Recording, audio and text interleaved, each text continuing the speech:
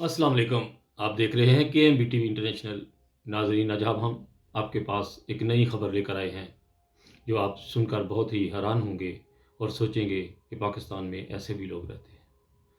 پاکستان میں ایک رائز بیرو، جسے پاکستان میں ٹریول ایجنسی کہتے ہیں، وہ لوگوں کو فری میں حج کرانے کے لیے یا عمرہ کرانے کے لالچ میں وہاں پر جو ہے وہ غلط چیزیں سنوگرے کراتے ہیں ان سے۔ ایک فیملی، غریب بوڑھے میاں بیوی، جن کو یہ لالچ دیا گیا کہ آپ کو ہم عمرہ کرائیں گے۔ جب عمرے کی ٹکٹ، ویزا، ہر چیز مکمل ہو گئی تو جہاز میں بیٹھنے سے پہلے ان کو کچھ دوائیاں دی گئیں کہ یہ دوائیاں آپ ساتھ لے جائیں اور وہاں پر فلاں آدمی کو دے دیں۔ جب وہ ٹریول لیے گئے تو انکم ٹیکس والوں نے جو چیک کیا اس کو، تو وہ جو دوائیاں تھیں وہ جو ہیں وہ نشہ وار چیزیں تھیں۔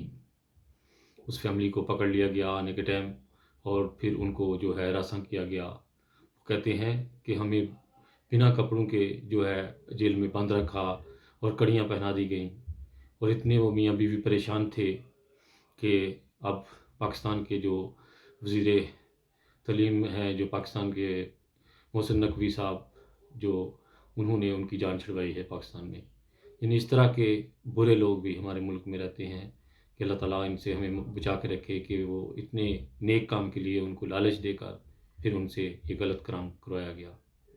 اس لیے جو لوگ بھی میری ویڈیو دیکھیں وہ اس سے یعنی کہ ویڈیو کو غور سے سنیں اور اس کے اوپر مکمل جو ہے کرنے کی کوشش کریں، اپنا محاسبہ، کیونکہ لوگ پاکستان میں بہت زیادہ خراب ہو چکے ہیں اس وقت۔ اور کوئی بھی آپ کو سامان دے، جب آپ کوئی کسی ملک سے ٹریول کریں تو سامان کو پلیز چیک کر لیجئے گا۔ اپنا بہت خیال رکھیے گا۔ اسی کے ساتھ خالد بٹی آپ سے اجازت چاہتا ہے۔ انسانیت زندہ باد۔ اوکے جی، خدا حافظ۔